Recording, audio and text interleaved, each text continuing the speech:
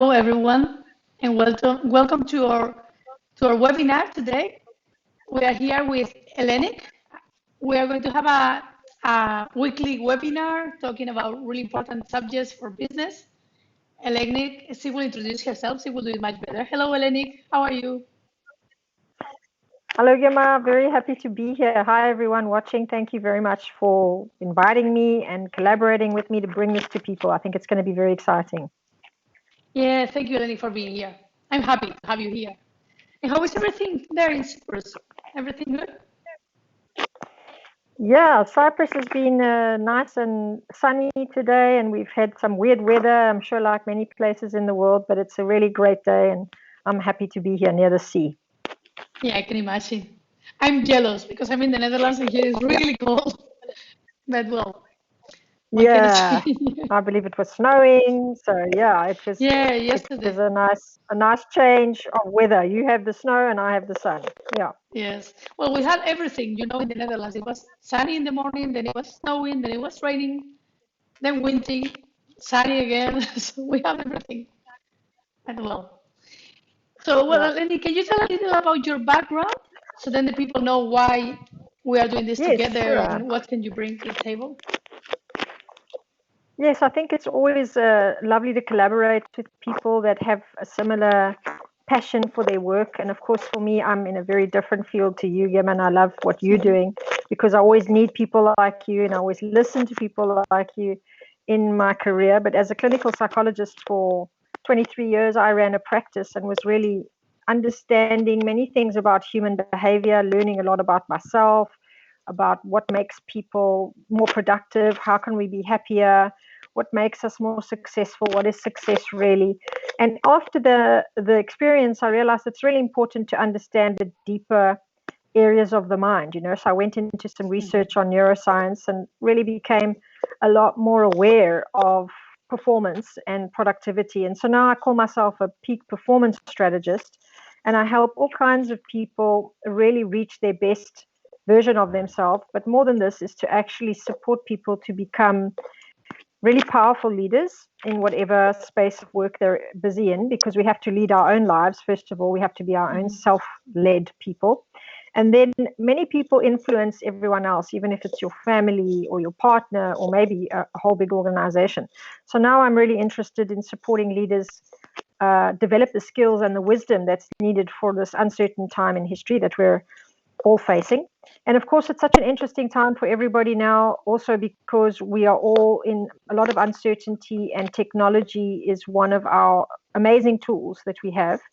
And I think most of our talks are going to be a little bit more around how do we understand the world of technology and human behavior and how to optimize ourselves when we are relating to technology and when we use it just a little bit, but also if we're very skilled in technology, how can we actually still take care of ourselves and live a better life?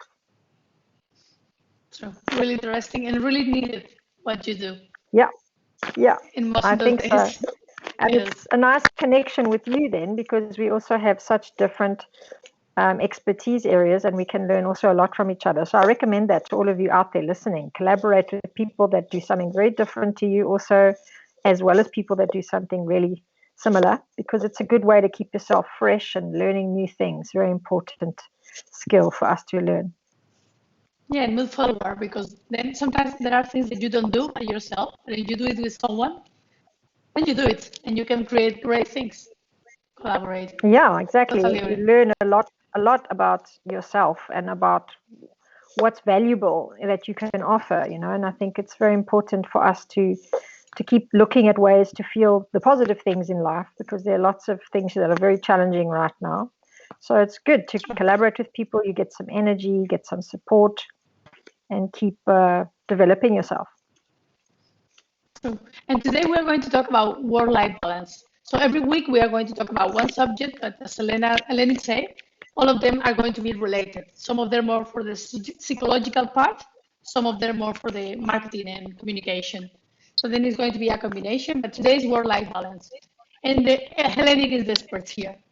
So can you tell what three things are the key in the work-life balance for you? Yeah, this was the subject we wanted to start off with because I think for many of us, we are all experienced now in what lockdown does to our mental, emotional, and social health. Like we've all been asked to socially distance by now, no matter which country you live in.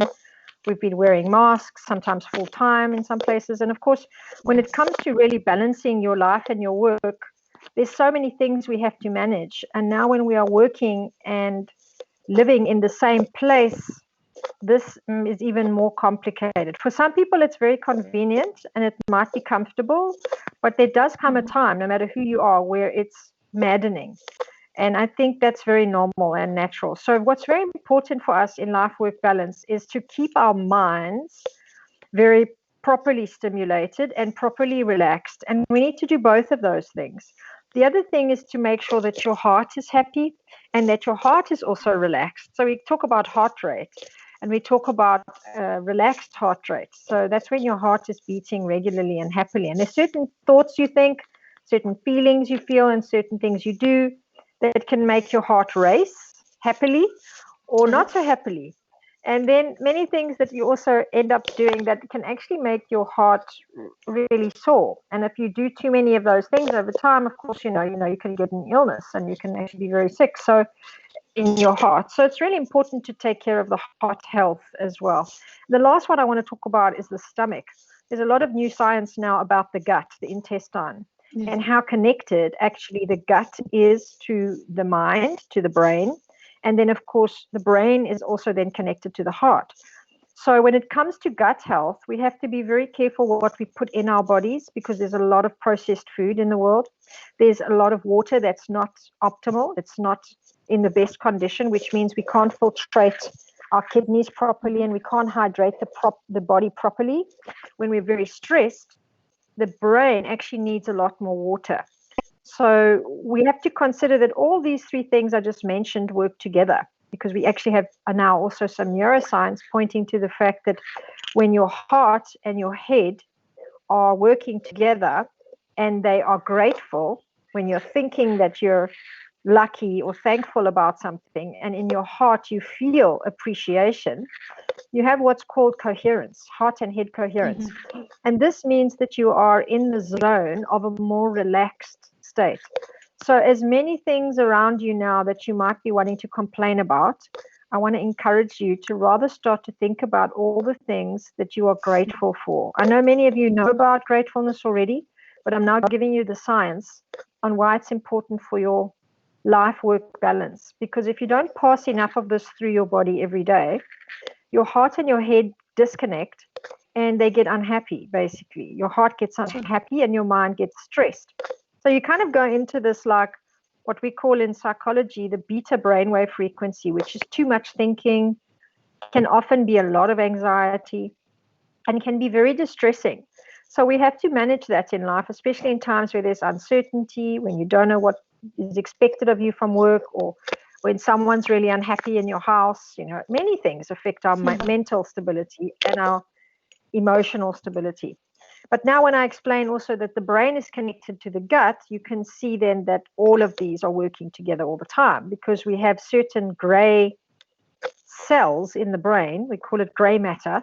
And it's been found recently that we have the same kind of cells in our stomach lining, which means that our gut is also a kind of brain. It means that we know what's good for us. And so when you feel that pit in your stomach, or when you feel really a sinking feeling in your stomach and Mhm. you think, oh, you know, that could be from worry. That's why you can't afford to think too many of these stressful thoughts or let your work-life balance go out of kilter, out of good harmony because you pass too much bad thinking or negative thinking Yeah. or even worry thinking because it affects your stomach. And when it affects your stomach, it means you won't digest well. It means you will drop the So, amount of serotonin you absorb, which is a very important chemical for the brain, which is needed to keep us happy. And it works in reverse as well. So if you're not happy enough, you can't digest properly. And when you don't digest properly, you're not actually able to be happy enough. So all these three things we have to take care of. So my recommendation is that you find about 5 minutes a day, if you can't manage more, where you get into nature and you think about what I'm saying today, that your heart, head, and your stomach come together in a connection, and you create a thought that reminds you how grateful you are. You feel the appreciation, and then you relax your stomach. And you do this regularly. When you're walking, you can do it. You can do it when you're sitting at your desk. You just tune in. You don't need even 5 minutes. You can just do it for 1 minute and do this like 1 minute little body meditation, which gets you into a much more present state of mind. All that talk about mindfulness, but also connects your energy system in your body to just align, center, and calm down. The more you do this, the more you won't get so worried anymore. The more you'll be able to really just look at the things more realistically, more calmly, more logically, and actually be a little bit more grateful. And once you have that gratefulness increasing, you'll start to attract many more perceptions. The brain is an amazing thing. When you start to think a certain thing, that's where your attention goes. So when you start to bring more of that in, you'll start to notice more the things that are actually positive, the things that are helping you, the things that are helpful, the people that are arriving, the opportunities you have, the small little things in the day that actually made a difference to you, that made you smile. You just need a few of those, and then you're on a good wave. Once you're on a good wave, you're building more serotonin, and you're managing to deal with the stress in your life way differently to how you might have been before. So that's one simple tip for us today. Yeah, that's really important. And it's, what you say, it's like a wheel. When you start feeling better, you start feeling better, and you are going better and Exactly. better. True. Yeah, you've seen that too. Like a wheel is a perfect way to describe it, Giver. I think it's a momentum that also when your car is driving and the wheels are spinning, you start to get some little speed, So it gets easier after a while too. Yeah, Yes, definitely. that's so. And you told me before about the 15%. Can you explain what Yeah, it is? I love that when I actually read about it, because it made me realize that my job as a clinical psychologist is uh, going to be really useful to a lot of people. But also it was lovely to read it, because I thought it's so powerful to know this before, because we can now actually let people know that actually the BBC did an investigation on the effects of lockdown on people's mental and emotional state. And unfortunately, there's a prediction that 15% of people are going to struggle with mental health problems Wow. in the future after lockdowns, as much as 15%. So that means that 15% of people are going to have mental health problem more than what we had in the past.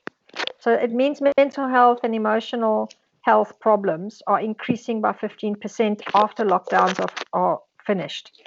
Now, knowing that, we can do something about it, because if that's the prediction, then it's telling us that in some small way, we are all okay enough to manage this lockdown with whatever we have available, but 15% of us are not. So if you are in a vulnerable category, or if you've got a pre-existing condition, or if you have anxiety or depression, or if something really hectic happened to you before the lockdown started to happen, I want you to really listen to this, because it means that if you are not getting support right now, it's very possible that after you come out of lockdown, you might just feel too stressed. So why don't you just rather reach out, find someone that can really listen to you and where you are, and start asking them to help you to get some support.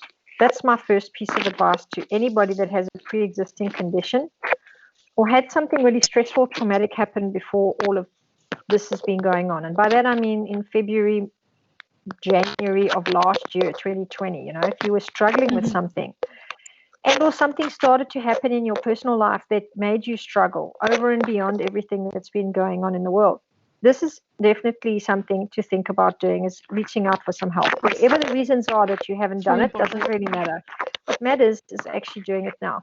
For the rest of us that haven't had a pre-existing condition or something traumatic happen, still, I want to suggest to you that if you're struggling, or if you find yourself not managing to build your little routine at home, find a way to feel a bit grateful every now and again with the first tips that we were talking about, I want to also suggest to you that you reach out and speak to somebody that you really admire and trust, and ask them for help to find a professional that can help you. If money is an issue, I think it's important for you to know that there are many people that are working what we call pro bono, or supporting with cheaper prices. I'm one of them. And there's also people that work in groups, and that can be very helpful for you. So maybe you can look for a support group or a place where you can go and talk about what's stressing you out. Because if we can take the number of 15% down to even half, 7%, by getting preventative about our mental, emotional health, we can actually do something fantastic for the world, because we all need to be contributing to a better world right now. And that requires us to be working on our stuff, looking and reflecting on things that are important during this time, separating your priorities from what's not really important, becoming a lot wiser about where you want to spend your energy and why, And if that's bringing you down, or if you've got stuff that's been bringing you down before, you can't do that work. If you can get some, then start doing that work, and you can start actually improving your life and transforming your life. Because there is a reality here that, as difficult as this time has been, it's been an enormous gift to many people to discover many, many things that they just simply would not have done without this situation.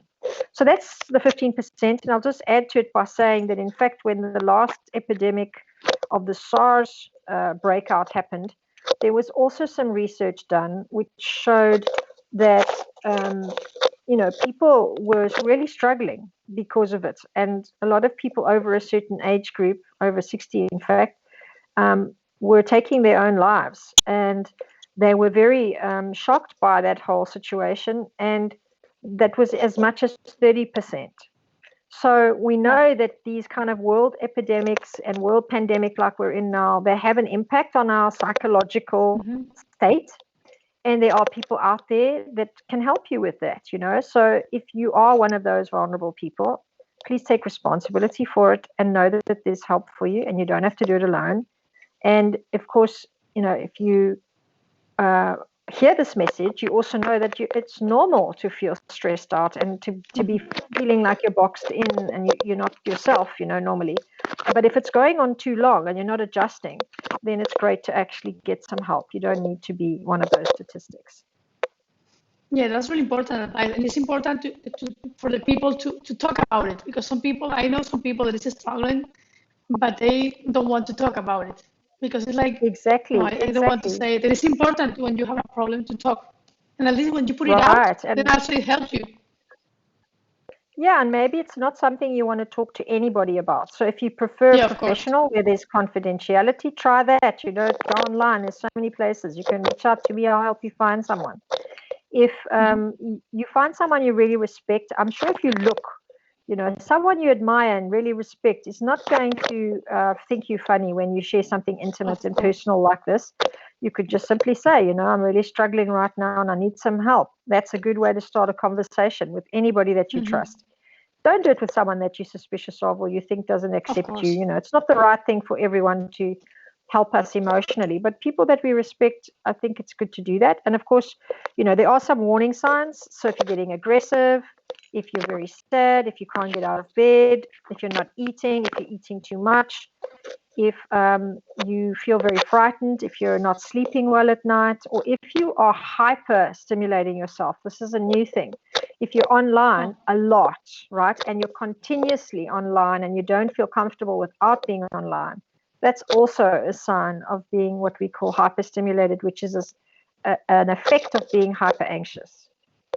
Yeah. So if you have those signs, if you're harming anybody around you, or if you're shouting at people, or if you're even being very vicious or aggressive or critical towards yourself, these are all signs, and I would love you to get some help. Yeah, thank you for the advice. I tell you, thank you for the people that is listening because I think it's really important. And going to Yeah. another question, what is the secret of hydration?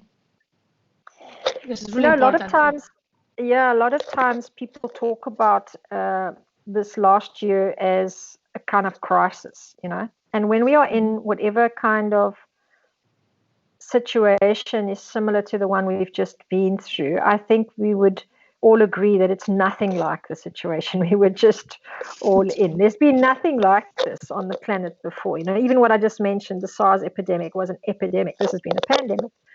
Mhm. And so what we're seeing now is a critical time where a lot of people have gone into crisis, maybe for financial reasons, maybe for what we said before, life work balance has gone a little bit wobbly. Parents are at home with kids. There's been a lot of stress on women at home. And we know that the brain is one of the most powerful organs in the body. It actually sits in a body of water. It's the heaviest organ of the body, and it uses the most amount of water. So whenever Yes. your brain is stressed, you need more water. So my suggestion to everybody is if you are tired, and if you are tired specifically throughout the day, you want to try and have 1 liter of water before you brush your teeth. That means you have a liter of water sitting next to your bed so that when you wake up, the first thing you do is you drink water. And then you keep drinking on it until you brush your teeth. So I know a lot of people, come on, you can admit it, everybody. I'm sure even you, Gemma, even me, you pick up Oh, your I drink phone a before you lot. do anything. Yeah. I Yeah. drink a But then you lot. pick up, It's too much. but I what's have the first like thing you pick one up? bottle, another bottle. Excellent. Plenty. Excellent. Me too. Me too. I also drink a lot. But what's the first thing you pick up in the morning? Yeah, it's my phone. So before our phone, we pick up the water, we drink from the water, and then we pick up our phone. Okay, so let's make a deal, everybody. We're going to try and do this, especially if you're tired. And then let's say you're not so Okay, tired through the let's day, try. you can still just drink the water, but it doesn't matter that you drink it first thing in the morning. That's a very big suggestion for people that are very tired. It really does wonders. It changes the entire way that your body starts to operate and work. And then, of course, when you're drinking water and hydrating yourself, it's useful to do that when you are in front of electrical devices. So if you're in front of a computer a lot of the day, like a lot of us are, having water nearby is priceless. So try and move a water tank near where you sit. Try to have a preparation the night before of water on supply. You know, some people like to have filtered water. Some people bless their water. Some people pray over the water. Some people do ceremonies with holy water. Whatever it is, try to honor the water that you have and make sure you're using it to hydrate yourself, and try and make sure that you have a conscious shower every day. And by that I mean that you also hydrate your skin, because your skin is your kidneys. Your kidneys are Mhm. detoxing your body. The food you eat, the water you drink is helping you to get rid of things you no longer need. When you're very stressed, when you're under a lot of strain, when you're in a critical condition or in a crisis, you need to remember to hydrate, and more than normal, because you are actually spending a lot more energy just invisibly because you're stressed out, and your body is not in its optimal state. So you're using a lot more emotional resources. One quick way to fix that is lots more water. I drink a lot. I don't know if it's because I'm Lovely. stressed or why, but I drink a lot. I always have two Wonderful. bottles with me and my glass. And I think and I Excellent. have to fill it because Excellent. yeah, I need it. I'm used to it. It makes a big difference. I think it's a very important quality, and unfortunately, we don't have easy access to healthy water all the time anymore. And I really wish there are going to be some millennials, change makers, change leaders out there, if you're listening, that are going to help us fix that problem, because this is an incredible planet and we can fix it. We just need the right intention. And look at water supply, you know, and all climate change issues, all these sustainable development goals we've got going on. We know we have to start working seriously on them so we can restore the quality of water and food on our planet. And once we do that, you know, we can also, you know, look at more filtration systems and become more responsible about how we create a good water supply, because we all need it, and our life is nourished by water. Everything we do requires water. So we certainly need to to keep thinking about ways of purifying our water supply as well. Yeah. Right. And now to close the talk today, I would like to ask you, as a psychologist, what can you tell us about happiness? Oh, I love this question. It's nice So question many to things, close. so many things, and it's also very, very simple. But I'm going to say a few more things than very, very simple. But I think we Okay. all are craving happiness. We all search for happiness in our lives all the time. But I think one of the best secrets that I discovered about happiness, and this came from a lot of my spiritual practice, let's say, and listening to very, I would say, developed people talk about life over the years, is that happiness is there in every single moment. And when we stop looking for it outside or in some kind of future time, and I think this last year has really taught us some of that, we begin to see that happiness can exist in the smallest moment. And so my advice to everybody, and I will give you more technical tips as well, because there's some amazing Harvard research on happiness that I want to share too. But one of my suggestions would be to challenge yourself to see if you can find the happiness in every single minute. If you had that as your intention every day and nothing else, let's say you were not so interested in success, you weren't going to try and make all your deadlines, you weren't like going to have to prove that you're worth X, Y, and Z to your boyfriend or to your husband or to your boss or to your father or whoever. Let's just say that instead of all of that, you decided, I want to find true happiness every single minute.